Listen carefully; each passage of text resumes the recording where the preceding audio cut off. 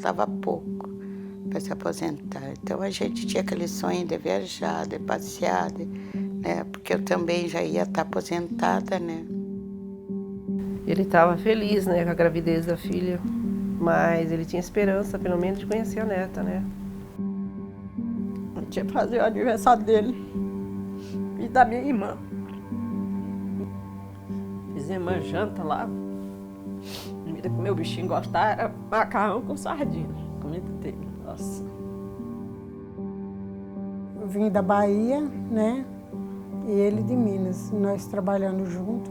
A gente se conheceu na roça, convivemos 32 anos, né? Aí fomos trabalhando junto, vivendo junto, né? Até o dia que ele partiu, né?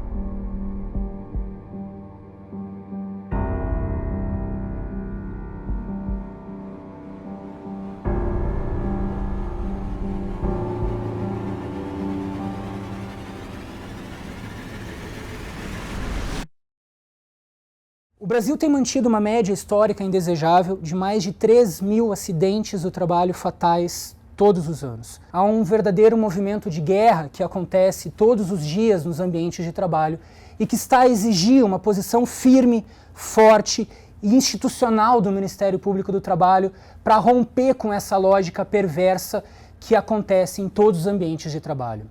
Infelizmente, no Brasil, nós temos inúmeros exemplos, trágicos exemplos, de pessoas que perdem a vida, ficam mutilados, ficam doentes, pessoas que não conseguem, não têm força no braço para amamentar um filho por conta de um processo produtivo que não leva em consideração a saúde, a segurança, a dignidade da pessoa, mas exclusivamente o lucro cada vez maior.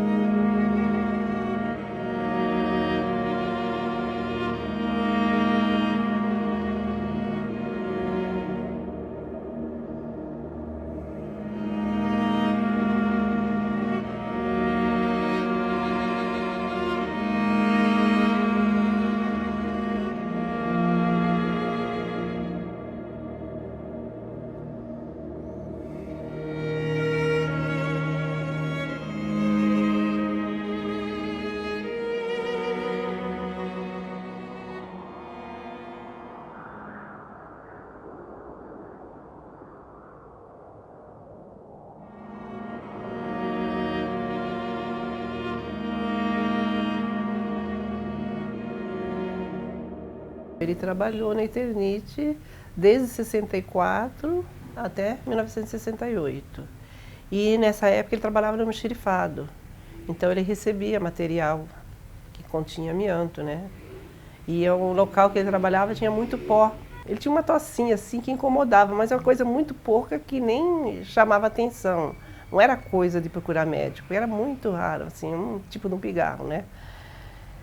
Aí um dia ele sentiu cansaço. No dia que ele sentiu cansaço, ele foi procurar um médico. Foi um susto, né? Aí o mundo caiu, porque ele conhecia, ele sabia bem, estava sempre em contato com os médicos, sabia como funcionava, que a pessoa que tinha mesotelioma era um condenado, que o máximo de vida que eles davam na época era 1 ano, né? O máximo. O mesotelioma é um câncer muito agressivo, é um câncer que deveria ser raro, mas em função da exposição, e 99,9% dos mesoteliomas tem relação com exposição ao amianto, ele não deveria existir. Tem um período de latência em torno de 30 a 40 anos, a partir da primeira exposição. Então, aqueles trabalhadores que tiveram exposição nos anos 50, 60, vão ter o mesotelioma nos anos 80 e 90. É um câncer que leva, em geral, um óbito por insuficiência respiratória, as pessoas ficam sem conseguir respirar, há um consumo de energia enorme, as pessoas emagrecem muito. Um período assim que a gente não viveu, a gente só sofreu. Às vezes ele fechava no quarto, aí eu sabia que ele estava chorando, porque dói, né? Uma pessoa que gosta, que vive, que saber que está condenada. Então, era difícil. Eu fiquei 30 anos trabalhando na inspeção do trabalho e foi um tema que me envolveu demais, principalmente quando eu vi como essas forças se moviam, né? É um dos assuntos mais estudados do mundo. Quando eu me deparei nas fábricas com o desconhecimento dos trabalhadores, né? Com as condições em que eles trabalhavam, aquilo realmente me deixou chocada, porque havia situações que remontavam à Revolução Industrial. O Brasil ainda não tem consciência do que esse mal representa, né? Muitas vezes as pessoas compram telhas, né, que ainda são, a legislação ainda permite que sejam comercializadas, e essa telha tem poeira, ela quebra, ela tem poeira, essa poeira é cancerígena, né? Isso tanto para o trabalhador que comercializa quanto para o cidadão que compra. Pela legislação, essas telhas elas têm uma rotulagem que, por força de lei, informa o seguinte dizer: ao cortar ou furar, não respire a poeira gerada, pois pode causar graves danos à saúde. Como evitar respirar a poeira decorrente da perfuração ou do corte desse material? Quais são os graves riscos à saúde que está na rotulagem do produto? O que seriam esses graves riscos? Na verdade, são doenças gravíssimas, cânceres progressivos, irreversíveis e que levam a uma morte dolorosa. Outro dado importante, o amianto não está presente, não é só quem manipulou, não, quem trabalhou. As esposas lavaram roupa, em Osasco nós temos mais de 20 mulheres já contaminadas com amianto, que lavou roupa do marido, algumas já morreram até, contaminadas com amianto, né? E a população em geral. Significa o seguinte, ela não é só uma doença de trabalhadores, mas também uma doença da sociedade, pelo risco difuso que você tem com o uso do amianto de forma tão avassaladora como foi na construção civil, por exemplo, nesses países, incluindo aqui a América do Sul, a América Latina. A cada ano, toneladas de amianto são colocadas no espaço urbano. Muitos desses materiais, por exemplo, na destruição de obras que contêm esse tipo de material, os resíduos, por resolução do Conselho Nacional de Meio Ambiente, devem ir para aterro sanitário classe 1, que é um aterro específico para produtos tóxicos. Isso está colocado em qualquer esquina naquelas caçambas de demolição. O Ministério Público do Trabalho, dentro da ordem jurídica brasileira, inclusive com base em compromissos que o Estado brasileiro assumiu perante organizações internacionais de substituição dessa matéria-prima cancerígena, atua no sentido do banimento, seja um banimento imediato, seja um banimento mediante a substituição das fibras cancerígenas de amianto. A luta dele passou a ser minha agora. Eu vejo tanta gente assim precisando, as pessoas doentes. Depois dele, muitos que já foram. Então, a luta é pela vida, né? Daqueles que nós não... Se nós pudermos evitar que fiquem doentes, e para aqueles que já não há mais salvação, pelo menos que haja justiça. Osasco, por exemplo, no momento ainda é a capital das vítimas do amianto, mas isso pode ser substituída no futuro, principalmente por Minasul, que é a cidade da mineração, tá? Onde lá existe um pacto de silêncio. Tá? Hoje a mineração está em pleno funcionamento e a população se cala, tem medo de perder o emprego, tem medo de perder ali, né, de enfrentar um grande lobby. Eles estão bastante organizados no Congresso Nacional, onde existe uma bancada, a chamada bancada da Crisotila, que ali impede, ou tenta impedir qualquer avanço social na luta pela erradicação desse mineral.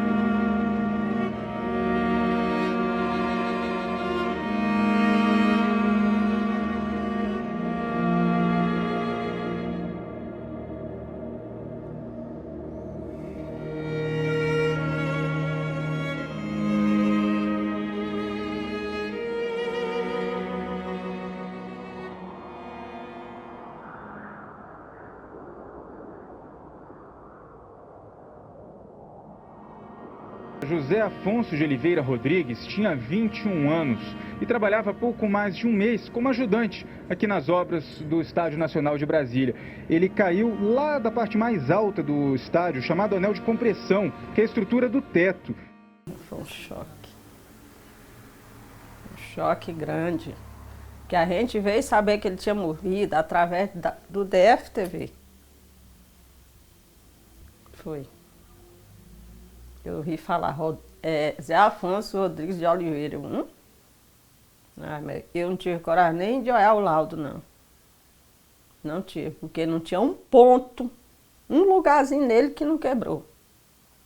Porque lá naquele anel de cima lá, eles colocaram, fizeram uma sola de tábua e colocaram uma peça no meio, travando, não colocaram nem nas cabeças da tábua. Só que quando ele pisou na ponta da tábua, ela não estava travada, ela suspendeu um lado. Aí desceu o compensado. Ele estava todo equipado com o cinto, mas não estava passado no cabo guia.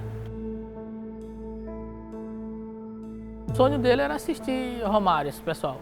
Que queria, porque queria tirar uma foto junto com o Romário, entendeu? Mas infelizmente não deu para acontecer isso, não. O sonho dele era conhecer o Ronaldo, eu não sei qual era o outro jogador. E aí depois que ele morreu, os jogadores apareceram aí. O sonho dele era dar uma casa boa para a mãe dele. Disse que ia botar lá uma lan house para ele, lá no Campo Largo. Ele veio aqui atrás dos sonhos. Encontrou a morte, né? Embora a gente utilize 30% do nosso contingente de auditores fiscais para fiscalizar esse segmento, ele segue sendo um dos primeiros em termos de taxa de mortalidade. Cerca de 440 trabalhadores morrem todos os anos no Brasil na construção civil. A gente que trabalha fiscalizando, investigando acidentes de trabalho, você vê que muitos poderiam ter sido evitados se tivesse havido uma antecipação dos riscos. Dentro de uma escala valorativa do que deve ser feito em termos de prevenção de acidentes do trabalho, EPI é a última coisa. Primeiro nós temos a eliminação dos riscos nos ambientes de trabalho, depois nós temos a adoção do equipamento de proteção coletiva. Se nada disso der certo, aí sim nós vamos ter o equipamento de proteção individual. A questão é que isso que nós chamamos de EPIzação, na verdade esconde uma ideia de inversão da responsabilidade e tenta atribuir ao trabalhador a culpa por aquele acidente do trabalho, muitas vezes aquele acidente fatal. Na verdade, o acidente do trabalho, ele é quase sempre, eu diria até sempre, evitável. Então, se você tem, por exemplo, num edifício, uma área que não pode transitar, o trabalhador não pode transitar, você tem que isolar aquela área. Você não apenas sinaliza. Se você tem uma determinada situação, um determinado procedimento que não pode ser adotado, uma máquina que não pode ser manipulada, você isola aquela máquina, você isola aquele procedimento. Então não é apenas uma questão de comportamento, de capacitação, é uma questão de que a empresa precisa proteger o trabalhador assim como protege os seus próprios lucros. Você chega num canteiro de obra para fiscalizar, além da construtora principal, tem 10, 15, 20 empresas pequenas que não têm idoneidade econômica, trabalhando ali com empregados sem registro, sem cumprimento das normas de segurança. Isso pulveriza o cumprimento das normas de proteção ao trabalhador e dificulta o papel da fiscalização.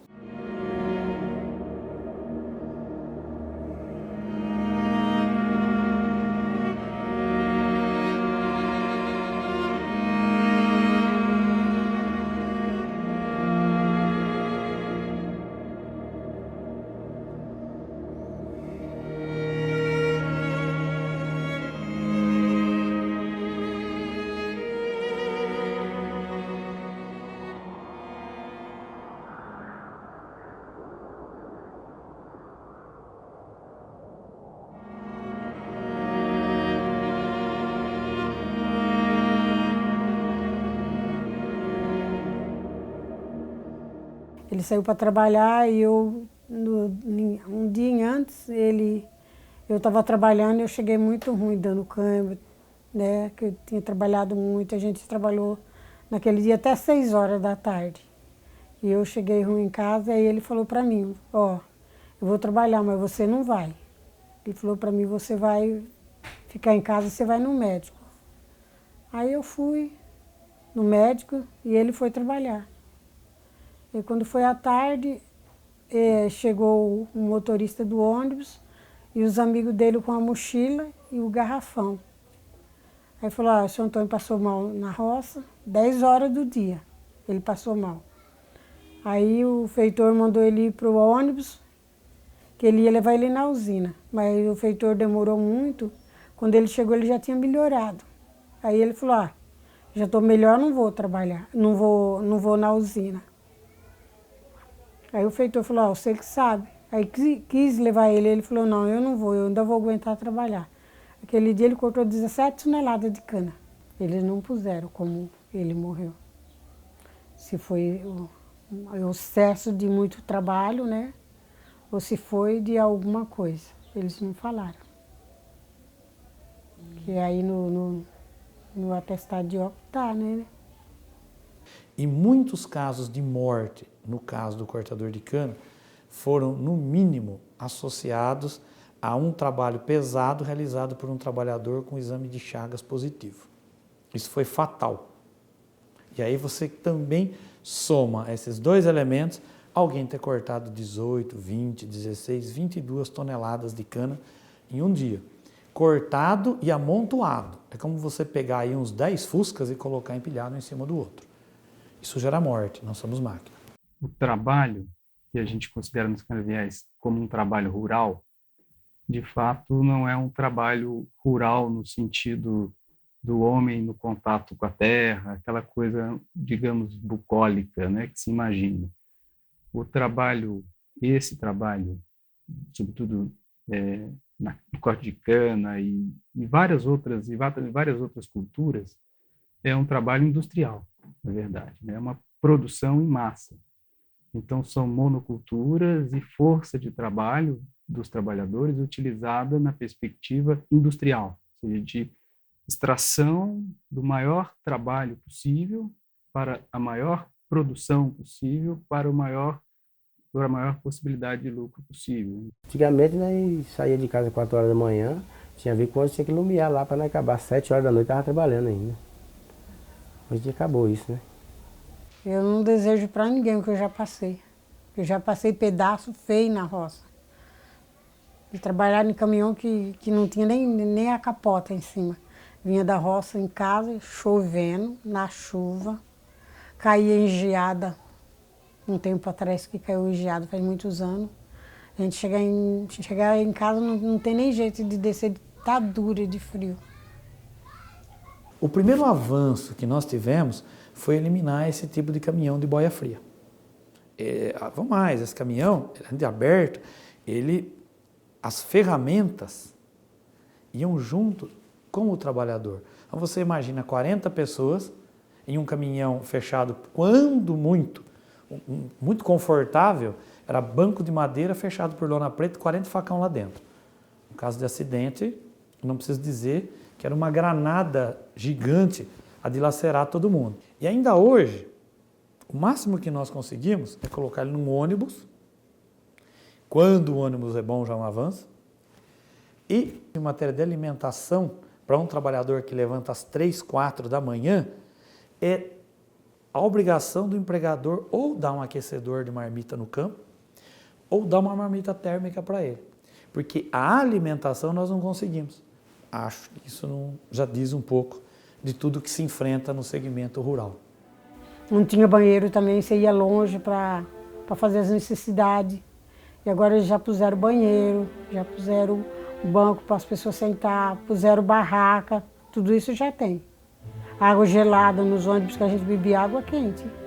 Eu cansei de com 5 minutos já ter almoçado, no lado do facão e estar trabalhando de novo. Aí depois dessa vez que ele morreu, aí começou horário de almoço, água gelada no ônibus, tem que passar cartão para comer. Eu comia lá no meio da cana mesmo, tudo sujo. Quando o pai dele morreu, ele trabalhava lá no Engenho Moreno. Aí falaram para mim, se você pôr a usina no pau, eles mandam teu filho embora.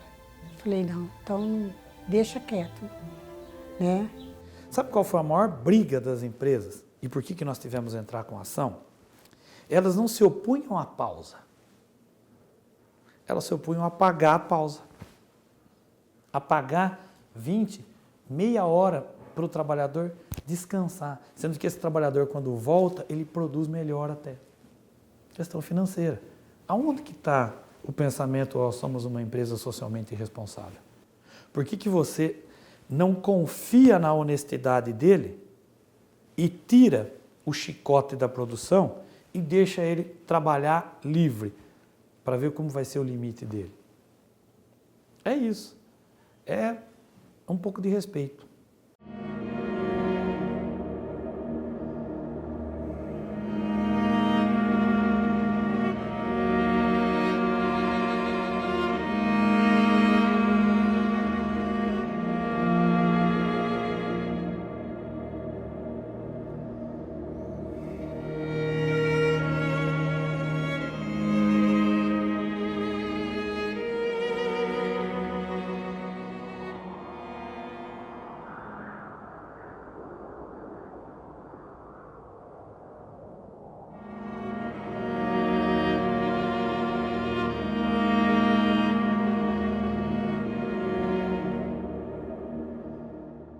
Ele trabalhava na limpeza, assim, das máquinas. Dessa máquina mesmo, era só ele que operava, né? Ele foi para dentro daquilo ali, né? É que não tinha segurança nenhuma. Não tinha, assim, sinalização que fosse proibido. Acredito até que não passaram nem orientação para ele. E a empresa falaram que ele tinha saído vivo de lá do frigorífico. Eles mentiram porque como é que uma pessoa ia sair viva se estava imprensado numa máquina? Todo mundo diz que levaram mais de 20 ou 30 minutos para conseguir tirar ele de dentro daquela máquina. O Ministério Público tem um papel muito importante de atuar firmemente no sentido de assegurar que o trabalho seja uma fonte de vida e não de morte.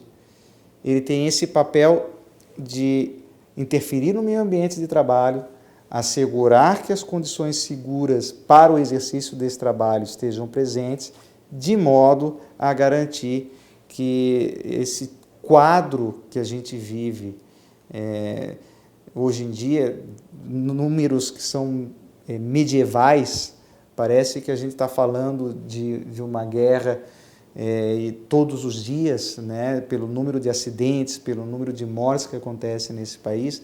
Essa mentalidade ela tem que ser transformada. Nossa rotina de fiscalização dentro dos frigoríficos dá uma ideia bastante emblemática do ritmo de trabalho, da forma como esses trabalhadores viram quase que máquinas dentro do processo de produção dessas indústrias. O ritmo de trabalho, no plano dos fatores ostensivos de risco de adoecimento, ele lidera toda e qualquer estatística.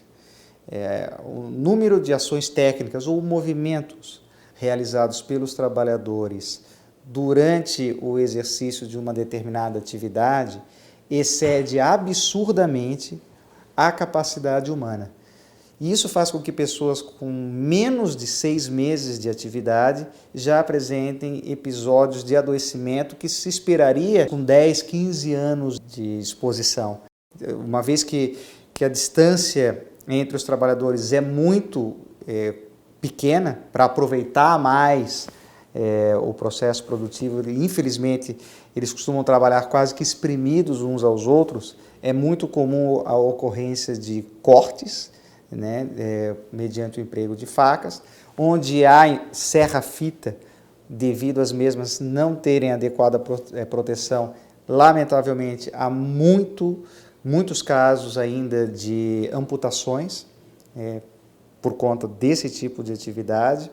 Como as instalações elétricas das máquinas e equipamentos também não são devidamente protegidas, há muitos casos de eletrocução também em frigoríficos. Então, há toda sorte de fatores de risco. Recentemente eu estive diante de um acidente do trabalho em que um trabalhador se envolveu com um acidente de uma máquina e ficou com a mão literalmente assim, né? E pro resto da vida. Um sujeito, uma pessoa com 19 anos de idade, né? Diante daquele fato, o jurídico minimamente tem que reconhecer o absurdo daquela pessoa, de uma máquina, fazer aquilo como ser humano, né? Mas aí o sujeito pega a forma jurídica e fala, e coloca em correlação o ser humano e a máquina, e tenta achar o erro no ser humano, né? Poxa, o ser humano é falível na sua essência, né? As pessoas cometem erros. Agora, a pessoa não pode ser submetida a um trabalho cujo erro dele, né, represente isso. E aí veio o médico que fez a perícia, e disse que o problema do reclamante era inegável, que existiu mesmo, né, a sequela e tal, mas não era tão grave, porque afinal de contas ele é destro. Então, se ele é destro, ele pode se requalificar para o trabalho.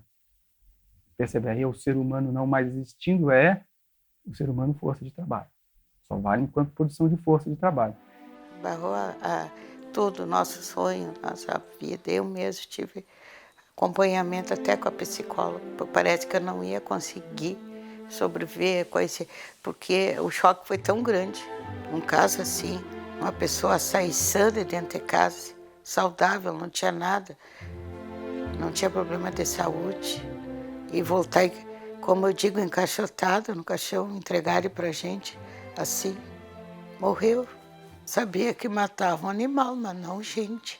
E aqui nós temos o maior grupo econômico do mundo em abate e processamento de proteína animal. Quando a gente observa um grupo desse doando mais de 100 milhões de reais apenas no primeiro turno de uma campanha presidencial para todos os principais candidatos e se recusa a fazer um investimento de 100 mil reais para garantir condições mínimas, básicas, elementares de segurança aos seus empregados, fica a dúvida em relação a qual tipo de modelo a sociedade e o Estado brasileiro deseja implantar. É o dilema eterno de como, nesse nosso modelo de sociedade, como as pessoas dependem do trabalho para sobreviver, mas percebam, já não é mais o trabalho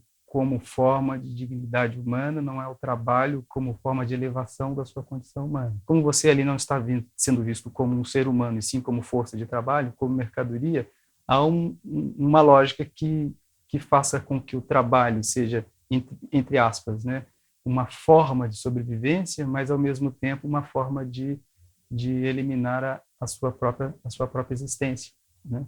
É uma contradição, né, que a gente precisa superar.